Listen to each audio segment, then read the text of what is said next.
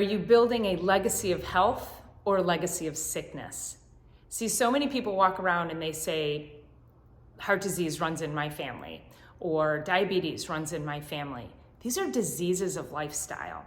You are not destined for heart disease. You are not destined for diabetes. And in fact, I even had somebody say to me that acid reflux runs in their family. And they said it's genetic. And I said, it is not genetic. This is strictly a function of dietary habits and poor digestion. And so where are you building your legacy? Is it health or is it sickness? So many people, when they think of genetics and they look at their family history and they think that that's their destiny, we have to look at a thing called epigenetics. It's how do your genes express? And so we can turn on genes that are designed to give us good health, and we can turn on genes that are designed to give us poor health. And that is called epigenetics. How do your genes express? But they don't just do that on their own. They do that because of the choices that you are making. And so are you making choices that are going to turn on the good genes and turn off the bad genes? And some of you may have to work a little bit harder because maybe you do have a family history of certain cancers. And that just means you have to be a little bit more strict about your lifestyle to make sure that you don't turn those genes on. But I assure you that most of what you're doing, 75% of what we do in our lives is lifestyle related. In fact, 95% of these diseases are because of the foods that we put in our mouths. So the power is in your hands, literally, in what you are putting in your mouth.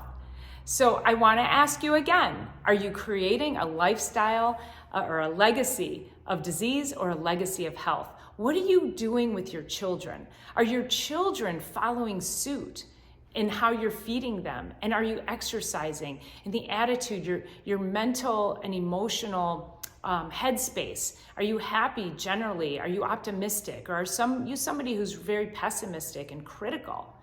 It's super important that you're training and teaching your kids to do things better for themselves, even more than what you did. You know, my mom taught me how to eat properly just by raising us. We didn't have a choice. She didn't bring sugar foods into the household. She took out all our sugar cereals. We didn't have any of that.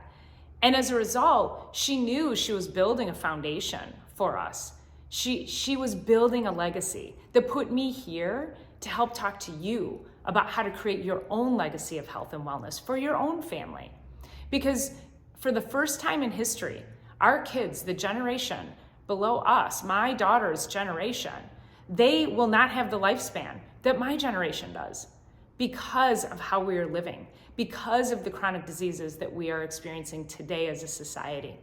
And again, the power is within you. So take this power back.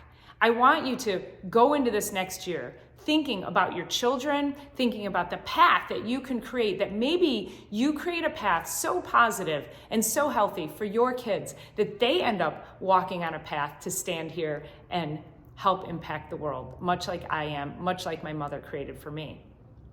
You can do this. If you need any help, please let me know. I'd like to know your comments. How were you raised? Did your mother and your father, did they raise you with good, healthy habits? I know a lot of people say they were meat and potatoes, strictly meat and potatoes. They never had a vegetable. And then often people will say, oh gosh, I've got a terrible diet, but they want to be healthy. And then they'll say, I hate vegetables though. That's a tough one. I don't know what to do. At some point, you gotta, step out of your 6-year-old self and decide that you want something better for yourself and figure it out. But leave a comment. How did your parents raise you? Were you raised with healthy habits or were you raised with unhealthy habits? But you can start the legacy of good health today. And I'm here to help you. So let me know, what are your thoughts on this? And what are you gonna do going into the new year? What is one thing that you think you can do to improve your legacy for health for your kids? I would love to know. And as always, thank you so much for being here. And please share this information with everybody so we can get this message out to the world. I appreciate it and have a happy new year.